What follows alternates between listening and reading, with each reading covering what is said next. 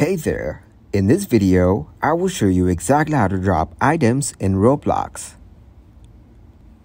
First of all, open up the Roblox game. Dropping items in Roblox depends on the specific game you're playing. So first of all, you need to access your inventory. Most games that involve items have an inventory system. To access your inventory, you may need to press a specific key or button like I for inventory as defined by the game's controls.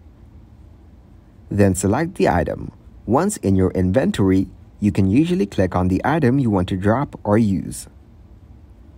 After that, use or equip. Clicking on the item often results in using or equipping it, depending on the type of item. And you can use the trading or dropping technique if the game supports item trading or dropping. There should be a specific interface or option within the game to trade or drop items.